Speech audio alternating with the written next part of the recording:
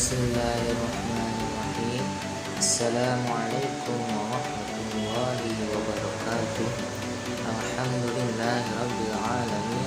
Nabi nasta'inu ala umuri kulli wadin wa ala Sebelumnya, perkenalkan, nama saya Rizky Jailani dari kelas PAI 1D, akan memenuhi tugas dari dosen pengampu Ibu Haris Siti Juleha, yaitu mempresentasikan artikel yang berjudul analisis rendahnya minat membaca Al-Quran dari kelas 7 SMPT Terpadu Al-Hasan Ciamis, yang mana dalam pembahasan ini membahas dua, yaitu diantaranya yang pertama faktor-faktor yang mempengaruhi rendahnya minat membaca Al-Quran peserta didik dari kelas 7 SMPT Terpadu Al-Hasan Ciamis, dan yang kedua upaya-upaya yang akan meningkatkan peserta didik untuk menjadi minat terhadap membaca Al-Quran di Al-Hasan Ciamis. Sebelum membahas ke pembahasan yang inti, saya akan menjelaskan terlebih dahulu latar belakang dari judul yang diambil, yaitu analisis rendahnya minat membaca Al-Quran dari kelas 7 SMPT Al-Hasan Ciamis. Yaitu yang pertama, dalam Al-Quran itu diturunkan melalui malaikat Jibril, kemudian diberikan kepada Nabi Muhammad SAW, yaitu secara berangsur-angsur, yang dalam artinya tidak secara langsung, secara proses. Al-Quran tersebut diturunkan sudah lama waktunya, yaitu pada zaman Nabi Muhammad SAW, dan yang menjadi penyempurna kitab-kitab yaitu Al-Quran, yaitu sebelumnya ada kitab Injil, Taurat, Zabur. Kemudian untuk memahami Al-Quran, salah satunya yaitu dengan membaca Al-Quran. Dengan membaca Al-Quran, kita bisa memaknai sedikit-sedikit, meskipun tidak secara langsung bisa, kan tetapi ada proses tertentu untuk memahami Al-Quran. Kemudian perintah Al-Quran untuk dibaca atau perintah membaca, yaitu ada pada surat atau ayat yang pertama kali diturunkan, yaitu pada surat Al-Alaq ayat 1-5 yang berbunyi, A'udzubillahi minasyaitonirrajim, Bismillahirrahmanirrahim, Iqra bismi rabbikal ladzi khalaq, khalaqal insana min 'alaq, Iqra wa rabbukal akram, alladzi 'allama bil qalam, 'allamal insana ma lam ya'lam. Nah, pada ayat tersebut dijelaskan bahwa Al-Quran itu, atau perintah yang pertama kali diturunkan oleh Allah dalam Al-Quran, yaitu yang pertama membaca. Nah, bahwa membaca ini sangat dipentingkan sekali, tidak dalam membaca Al-Quran saja, tetapi membaca dalam bidang, contohnya pelajaran yang akan dibahas atau tugas-tugas yang lainnya. Pada zaman sekarang khususnya, Al-Quran itu sering di nomor berapakan oleh peserta didik itu, khususnya pada anak-anak usia dini. Padahal Al-Quran itu banyak sekali manfaatnya, tetapi pada peserta didik itu keseringannya itu bermain gadget, bermain komik yang bersifatnya itu kecanduan, sehingga tidak dapat dilepaskan ketika orang tua atau pendidik itu menyuruh untuk berhenti bermain, maka peserta didik itu tidak akan bisa berhenti. Padahal ada yang lebih baik, yaitu membaca Al-Quran. Kemudian yang kedua yaitu metode penelitian. Metode penelitian ini terbagi menjadi beberapa bagian, yaitu diantaranya satu, pendekatan penelitian.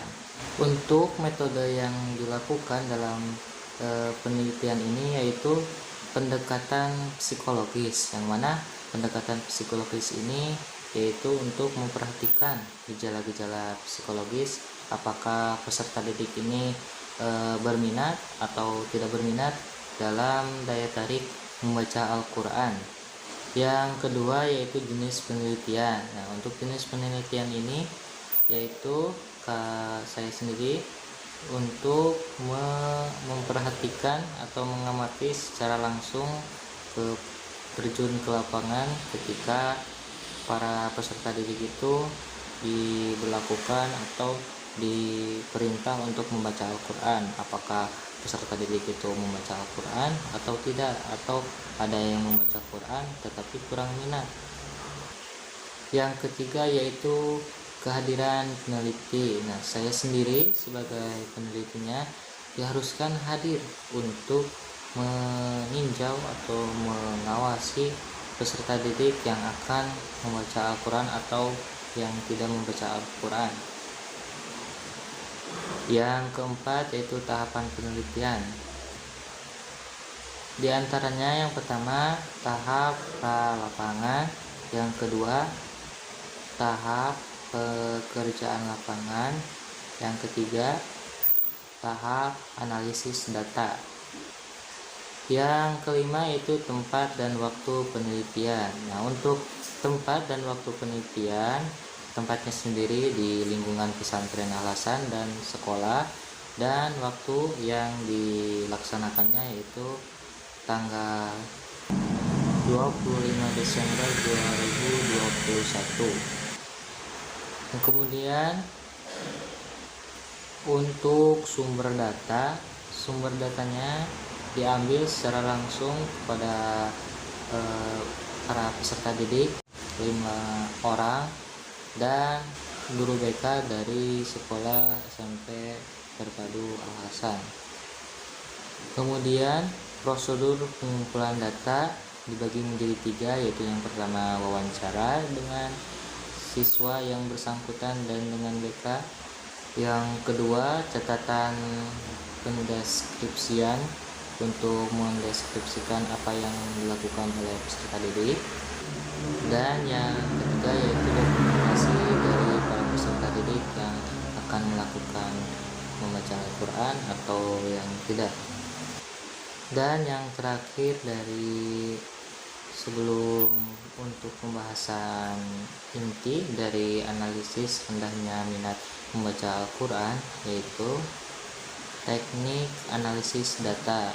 Untuk teknis analisis data ini dibagi menjadi 3 bagian. Yang pertama reduksi data atau penyederhanaan, yang kedua paparan atau sajian data, dan yang terakhir penarikan kesimpulan. Nah, lanjut pada pembahasannya inti yaitu tentang hasil dan pembahasan. Untuk hasil sendiri yang pertama dari SMP Terpadu Al-Hasan itu yaitu keadaan guru SMP Terpadu Al-Hasan. Nah, untuk guru-guru dari SMP Terpadu Al-Hasan itu terbilang ada 10 orang. Nah, untuk 10 orang ini dibagi menjadi 2, yaitu perempuan dan laki-laki. Laki-laki ada 7 orang dan perempuan ada 3. Di antaranya yaitu ada 1 Kang Haji Nijar Muhammad Pasha, yang kedua Bu Dini Siti Oktipiani, dan ketiga Bu Ois Ernasari, dan yang lainnya masih banyak lagi, ada 7 orang lagi. Yang kedua dari hasil penelitian itu ada jumlah para santri atau jumlah peserta didik untuk tahun sekarang dan sarana prasarananya. Jumlah santri untuk kelas 7 terbilang ada kurang lebih 100 orangan. Kemudian untuk sarana prasarananya ada smesko, ada masjid, ada Aula Araudo, ada BSA untuk menabung, ada kobong asrama perempuan, kobong asrama laki-laki, kemudian ada kantor pusat, kemudian ada Pusatpam, dan masih banyak lagi. Kemudian lanjut kepada pembahasan, yaitu yang pertama tadi ada faktor-faktor apa saja yang mempengaruhi kurangnya atau rendahnya minat membaca Al-Quran untuk kelas 7 SMPT Al Hasan Ciamis. Untuk faktornya sendiri terbagi menjadi dua, yaitu dari pendidik sebagai guru, yang kedua ada dari peserta didik. Nah, yang pertama yaitu tadi dari pendidik atau seorang guru. Sebagai hasil wawancara dari seorang guru tersebut dari guru SMP Teguh Hasan, salah satunya dari kurangnya guru itu datang ke kelasnya peserta didik itu secara terlambat atau tidak tepat waktu, tidak on time. Jadi peserta didik itu kurang waktunya untuk belajar, sehingga yang seharusnya pembahasannya akan dibahas itu targetnya masih jauh, malah yang disampaikan itu sedikit. Jadi seolah-olah setiap harinya itu tidak terpenuhi untuk pembahasan dari salah satunya itu membaca Al-Quran. Kemudian yang kedua ada pembahasan tentang faktor dari peserta didik, yaitu murid atau santri. Nah, untuk faktor dari santri tersebut, yang pertama dari wawancara hasil 5 orang atau sebagiannya ada daya tarik sendiri. Dari maksudnya itu bahwa ketika seorang peserta didik itu mengaji, jadi ketika ditanyakan itu ada yang lebih minat daripada mengaji. Contohnya dalam belajar IPA, matematika, olahraga, dan lainnya. Kemudian dari peserta didik berbicara bahwa untuk kondisi kelas atau kondisi ruangannya itu tidak memenuhi keinginannya, sehingga dalam mengajinya jadi tidak fokus atau tidak khusyuk. Pembahasan yang terakhir yaitu upaya-upaya untuk meningkatkan peserta didik dalam membaca Al-Quran di kelas 7 SMP Terpadu Al Hasan Ciamis. Nah, untuk upaya-upaya ini para pendidik berusaha untuk meningkatkan minat membaca Al-Quran para peserta didik, agar peserta didik itu tidak lepas membaca Al-Quran dalam setiap harinya, sehingga Al-Quran itu tidak didiamkan atau tidak dibaca sama sekali. Untuk upaya-upayanya diantaranya yang pertama yaitu menyediakan sarana dan prasarana peserta didik agar peserta didik itu merasa nyaman ketika mengajinya. Contohnya ketika wawancara dengan salah satu guru, yaitu dia berkata bahwa para peserta didik ketika dia akan mengaji atau akan melaksanakan belajar apapun, diusahakan untuk difasilitasi dengan benar, atau ketika akan membaca Al-Quran dikasih atau diberi juz amannya.